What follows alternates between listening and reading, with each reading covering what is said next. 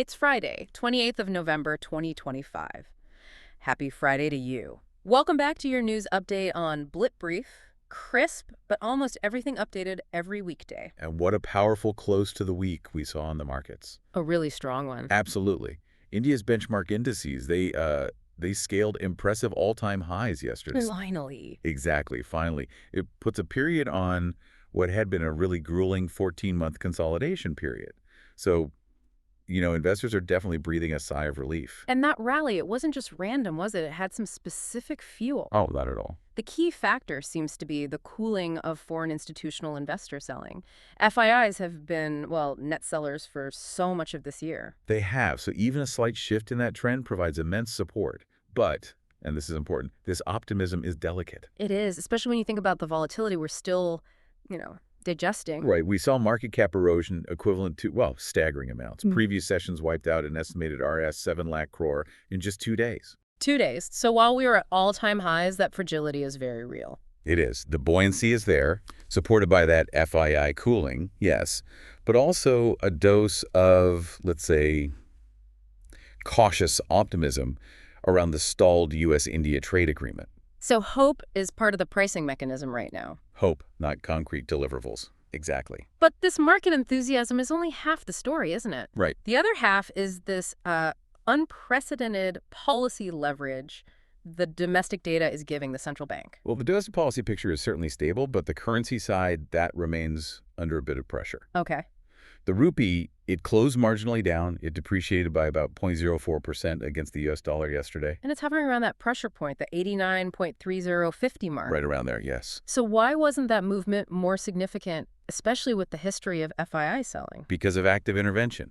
We saw state-run banks having to step in. How? With intermittent dollar sales. To manage the volatility, they draw dollars from reserves and inject them into the market. To meet demand. To meet immediate demand, yes. It was necessary to offset not just that residual FII selling, but also the big regular corporate debt repayments. Which always creates that constant pressure for dollars. Exactly. So if currency reflects external dynamics, then inflation is the domestic anchor. And the numbers there are. Well, they're truly remarkable. They really are. The latest data on the Consumer Price Index, the CPI, shows retail inflation just plummeted. To a record low of just 0.25% year-on-year in October. That is the lowest figure we've seen in the current series. And that series goes back to 2013. All the way back to 2013. This is a huge strategic win for the Reserve Bank of India. It gives them the space to act. And what's the consensus now? What are economists expecting? They're widely anticipating that the RBI will execute the final projected rate cut of 25 basis points during the December MPC meeting. And that specific 25 BPs cut, its significance is not just about cheaper money now, right? It's about signaling something. It's about signaling the end of a cycle. Exactly.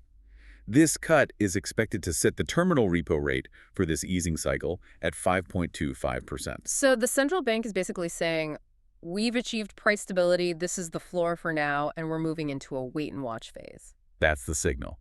And that certainty is crucial for the markets. And the money markets are already reacting, I see. Oh, yes.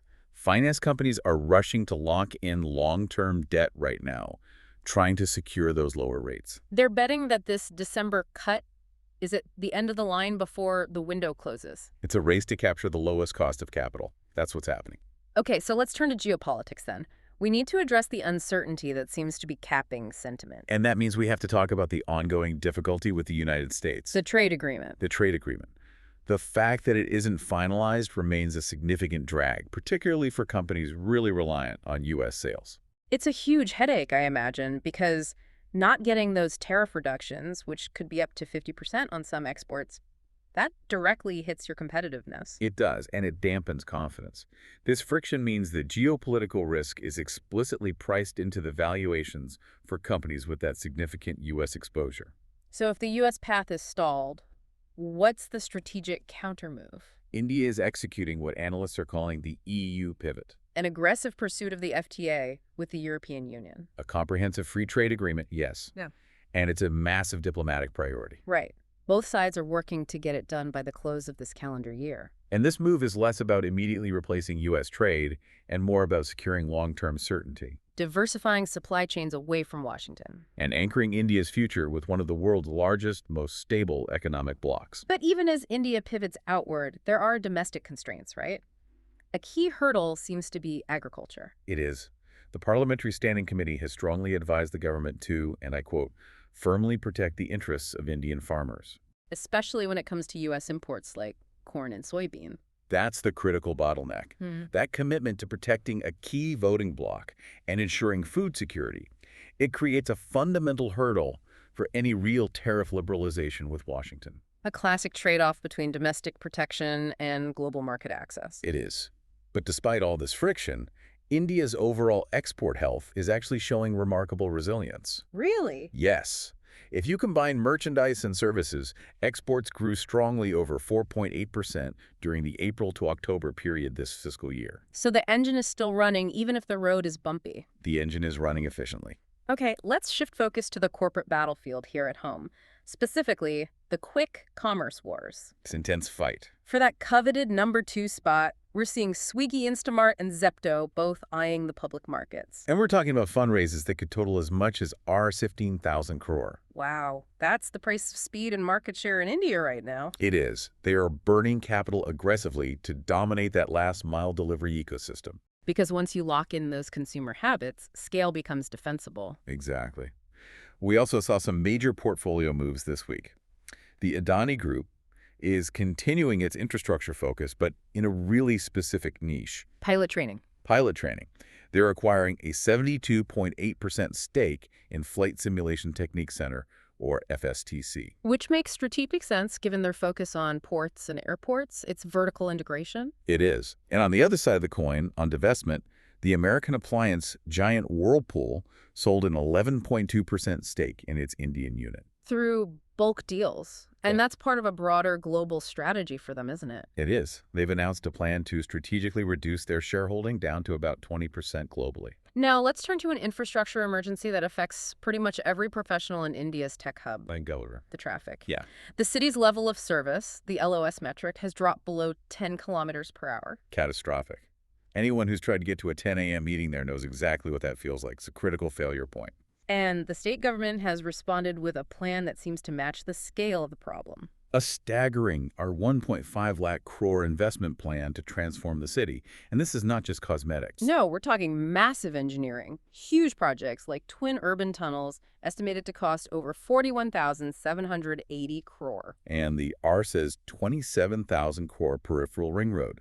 But what's really fascinating here is the cost breakdown. Go on. For that 27,000 crore ring road, the vast majority of it, Rs 21,000 crore, is just for land acquisition. Just for the land. That's nearly 80% of the budget. It is. And that ratio shows you the immense challenge, the regulatory cost structure of urban expansion in a place like India. Shifting now to immediate risks, we have to flag a major weather alert. Yes, cyclonic storm Ditwa. It's currently approaching the coast of North Tamil Nadu, Puducherry, and South Andhra Pradesh, And forecasters are warning of isolated extremely heavy rainfall. which raises the risk of flash floods and urban inundation in those coastal cities in the coming days. And beyond the cyclone, there's a slower systemic health emergency we need to talk about. Antimicrobial resistance, AMR. It's escalating rapidly across India. Resulting in over 2 lakh Indian deaths annually simply because antibiotics are failing. And that figure is projected to double soon. It's driven by widespread misuse and environmental contamination. AMR is an existential threat because it undermines the very foundation of modern medicine. It's not a future problem. No, it's causing widespread preventable deaths right now. On the political front, we saw a key strategic move in Tamil Nadu. A big one, ahead of the 2026 assembly elections.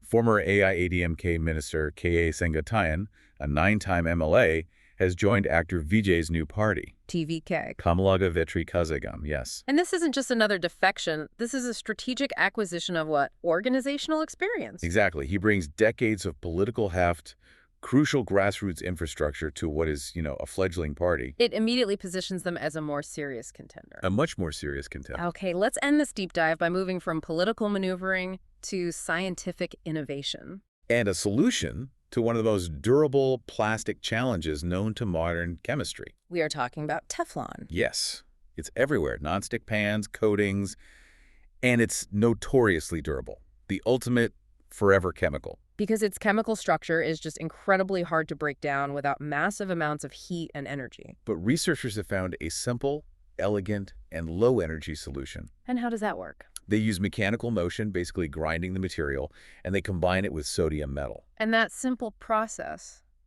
it converts the Teflon. It chemically converts the notoriously durable plastic directly into sodium fluoride. And the beauty of that is that sodium fluoride isn't a toxic waste product. Not at all. It's a substance that can be directly reused in chemical manufacturing. So they've effectively found a sustainable, scalable way to solve this problem. They've turned a persistent pollutant back into a valuable industrial input. It truly closes the loop on a decades-long recycling conundrum. That circularity, that simplicity, that's the mark of a true breakthrough.